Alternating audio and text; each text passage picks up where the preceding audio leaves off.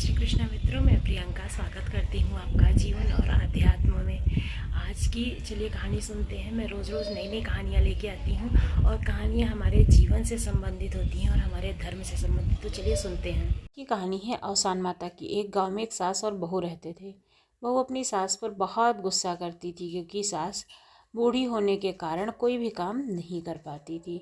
सास और बहू के बीच में रोज़ डेली जो है कलह इसी बात को लेकर के हुआ करती थी। बहू हमेशा जो है अपने सास को ताने देती रहती थी, अम्मा आपसे कोई काम नहीं होता है, दिन भर आप बेकार बैठी रहती हो। बहू के ताने सुन कर के लाचार जो सास थी बूढ़ी, वो कोई भी जवाब नहीं दे पाती थी। एक दिन बहू ने कहा कि अम्मा आप दिन भर खाली रहती हो और इससे अच्छा है कि कुछ काम ही कर लो। तब सास ने कहा कि बहू इस उम्र में क्या काम होगा, मैं क्या काम कर पाऊँगी, कहाँ जाऊँगी काम करने के लिए। तुम अगर मुझे रोटी नहीं दोगी तो मेरा क्या होगा। इस पर बहू ने कहा अम्मा आप रोज़ सुबह पूरे गांव में दूध बेचकर आया करो, 1 महीना पूरा होने पर मैं आपसे हिसाब लूँगी। जो सास थी बेचारी तो इतनी मजबूर थी, बूढ़ी थी, उसी के सहारे थी, तो वो क्या करती, उसने सोचा कि ठीक है चलो कोई बात नहीं, हम अपने गांव में दूध बेच ही आया करेंगे। अब दूध बेचने के लिए तैयारी होनी शुरू हो गई। सुबह हुई तो बहू ने दूध का डिब्बा जो है भर करके सास को थमा दिया और कहा कि जल्दी से दूध बेच करके घर आ जाना। सास निकली ही थी कि एक पीपल के पेड़ के नीचे जा कर के बैठ गई। वहाँ पर करके वो सोचने लगी कि इस बुढ़ापे में मुझे भी क्या क्या दिन देखने पड़ रहे हैं, मतलब क्या क्या दुख झेलना पड़ रहा है। अब कैसे मैं गली गली जा कर के इस तरह से दूध बेचूंगी। इतना सोचते सोचते 2-3 घंटे वहाँ पर बीत गए।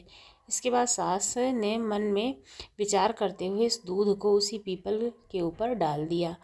अब सारा दूध उड़ेल करके सास जो है वो लौट आई अपने घर को। बहू ने सोचा कि जो सास है वो सारा दूध बेच करके अब आ गई है, रुपए भी लाए ही होंगे, कोई बात नहीं है, मैं जब पूरा महीना हो जाएगा तो एक साथ ही इनसे हिसाब लूँगी।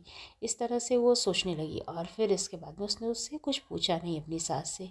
इस तरह दूध ले जाते जो है सास रोज़ डेली पीपल के नीचे बैठ जाती और जो है ये को उसी पीपल में डाल देती थी। ऐसे ऐसे करते करते धीरे धीरे करके 1 महीना बीत गया। अब जो है दिन भी आ गया जब सास को बहू को हिसाब देना था। अब जो बूढ़ी सास थी वो दूध लेकर के गई और उसी पेड़ के नीचे जा कर के बैठ गई जहाँ पर वो दूध को डाल दिया करती थी। उसी पीपल के पेड़ के नीचे जा कर के बैठ जाती है। पीपल के पेड़ के नीचे बैठ कर के वो रोने लगी और कहने लगी कि अब मैं क्या करूं, आज बहू को दूध का हिसाब देना है और उसको हिसाब मैं कैसे दूंगी जब मैंने दूध को कहीं बेचा ही नहीं है, मेरे पास कोई रुपए है ही नहीं है, तो मैं रुपए कहाँ से लाऊंगी उसको देने के लिए। वहाँ से गुजर रही अवसान माता ने बुढ़िया के रोने की आवाज़ जो है वो सुन ली थी। मैया जो है एक स्त्री का वेश रख करके बुढ़िया के पास जा कर के पहुँची और बुढ़िया से पूछने लगी कि आप रो क्यों रही हो, आपके रोने का क्या कारण है। तब बुढ़िया ने मैया से कहा कि मेरी बहू मेरे साथ जो है बहुत ही दुर्व्यवहार करती है, उसका व्यवहार मेरे प्रति ज़रा भी अच्छा नहीं है। मुझे कहती है कि दूध ले लो और पूरे गांव में जा कर के रोज़ के रोज़ बेच दिया करो और महीने के महीने हिसाब दे दिया करो। मुझे जो है क्या कहते हैं ये चीज़ अच्छी नहीं लगी और मेरे घुटनों में भी दर्द रहता है, मैं कर नहीं पाई, इसलिए मैं ये जो दूध है वो पीपल के पेड़ में ला कर के डाल देती थी। लेकिन आज वो दिन आ गया है जब बहू जो है मुझसे महीने भर के दूध का सारा हिसाब लेगी। इसी वजह से मैं बैठ के रो रही हूँ कि जब मैंने दूध बेचा ही नहीं है तो मेरे पास हिसाब कहाँ से आएगा, पैसा कहाँ से आएगा, और मैं बहू को क्या मुँह दिखाऊंगी, कैसे उसको पैसा दूंगी। अगर आज मैंने हिसाब नहीं दिया तो वो मुझे घर से निकाल देगी। अवसान माता को बुढ़िया पर दया आ गई। माता ने बुढ़िया से कहा कि आज पीपल के जितने भी सूखे पत्ते हैं यहाँ पर गिरे हुए हैं उन्हें जो है तुम अपने आंचल में भर लो। घर जा कर के इन पत्तों को अपनी बहू के आंचल में डाल देना। इस पर बुढ़िया ने आश्चर्य से अवसान माता से पूछा, अरे क्या इससे मेरा दुख दूर हो जाएगा। माता ने कहा हाँ ज़रूर हो जाएगा, और जब दुख दूर हो जाए तो अवसान माता की पूजा करना मत भूलना। बुढ़िया ने अवसान मैया की बातें सुन करके आंचल में पीपल के जो सूखे पत्ते वहाँ पर थे वो समेट लिए और घर लौट गई। सास जैसे ही भरे आंचल के साथ पहुँची, बहू जो है अत्यधिक बहुत ज़्यादा खुश हो गई। बहू ने पूछा कि क्या बात है अम्मा, आज तो आप पूरा हिसाब लेकर के आई हो। बहू, सारा पैसा रुपया मिला है क्या आपको? सास बोली, हाँ बेटा, ऐसा ही समझो। तुम अपना आंचल फैलाओ, मैं उसमें डाले देती हूँ। बहू ने अपना आंचल फैला दिया, लेकिन यह क्या, उसका आंचल तो रुपए और जेवरों से भर गया था। बुढ़िया को भी कुछ समझ में ही नहीं आ रहा था कि आखिर वो पीपल के जो पत्ते थे वो इतने पैसे, रुपए और जेवर में कैसे परिवर्तित हो गए। बुढ़िया को जो है वो समझते देर नहीं लगी कि ये सब औसान माता की कृपा है। वह सास से अब जोर दे करके जो बहू है वो पूछने लगती है कि अम्मा, आप तो दूध बेचने के लिए जाती थी, दूध से इतना धन तो आपको प्राप्त तो नहीं हो सकता है, आपको इतना सारा धन जेवर कहाँ से प्राप्त हुआ है।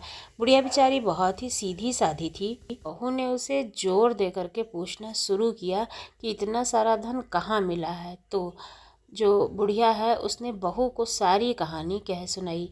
लालची बहू ने सास से कहा कि मैं भी वैसा ही करूँगी जैसा कि आपने किया है, हो सकता है औसान मैया मुझे भी इसी तरह बहुत सारा धन दे दे। बहू भी अब रोज़ दूध ले जा कर के पीपल पतवाड़ी पर, यानी कि पीपल के पेड़ पर जा कर के उस दूध को सींचने लगी थी। वहीं पर वो दूध डालती थी और चली आती थी 2-4 घंटे बैठ के। महीने के आखिरी दिन बहू जो है वो पेड़ के नीचे दूध डाल करके अब रोने लगी। उसके रोने की आवाज़ सुन करके औसान माता फिर से प्रकट हुई और बहू से पूछने लगी कि क्या हुआ, तुम क्यों रो रही हो। तब बहू ने कहा कि मुझे जो है मेरी सास अत्यंत परेशान करती है, कहती है कि दूध बेच करके आओ और रुपए ले करके आओ, तुम्हें नहीं तो घर में नहीं रहने दूंगी। मैं तो रोज़ दूध यहाँ चढ़ा देती हूँ, अब मुझे सास को महीने का हिसाब देना है। अब जब मैंने दूध यहाँ चढ़ा दिया है तो अपनी सास को महीने का हिसाब कैसे दूंगी, इतने रुपए कहाँ से लाऊंगी। औसान मैया ने बहू से कहा कि तुम पीपल के सूखे पत्ते आंचल में समेट लो और फिर ले जा कर के अपनी सास को देना। लेकिन वो तो माता हैं, वो सब की बातों को समझ जाती हैं कि कौन सही बोल रहा है और कौन झूठ बोल रहा है।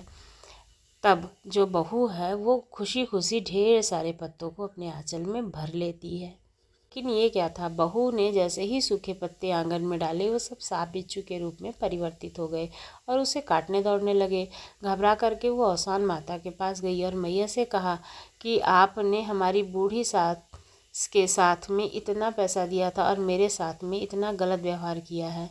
तब औसान माता ने कहा कि तुमने अपनी बूढ़ी सास के साथ गलत व्यवहार किया था और 2 रोटी के लिए भी उसे तरसा दिया था, इसलिए तुम्हारे साथ ये घटना घटी। बहू औसान माता के चरणों में गिर जाती है और माफ़ी मांगने लगती है। माँ को भी दया आ गई और उन्होंने बहू को क्षमा कर दिया। सास ने बहू से कहा कि अपनी सास को माँ समान मान करके उनकी खूब सेवा करो, घर के आपस में मिलजुल कर करो। गुरुवार को औसान माता की पूजा और आरती करना, मैया की कथा सुनना, इससे तुम्हारे घर में धन दौलत और खुशियों की कमी नहीं रहेगी। बहू ने घर जा कर के सास से माफ़ी मांगी। इसके बाद दोनों खुशी खुशी अपने घर में रहने लगे। औसान माता ने जैसे उनकी सुनी और सुख समृद्धि दी वैसे ही सबकी सुने। धन्यवाद।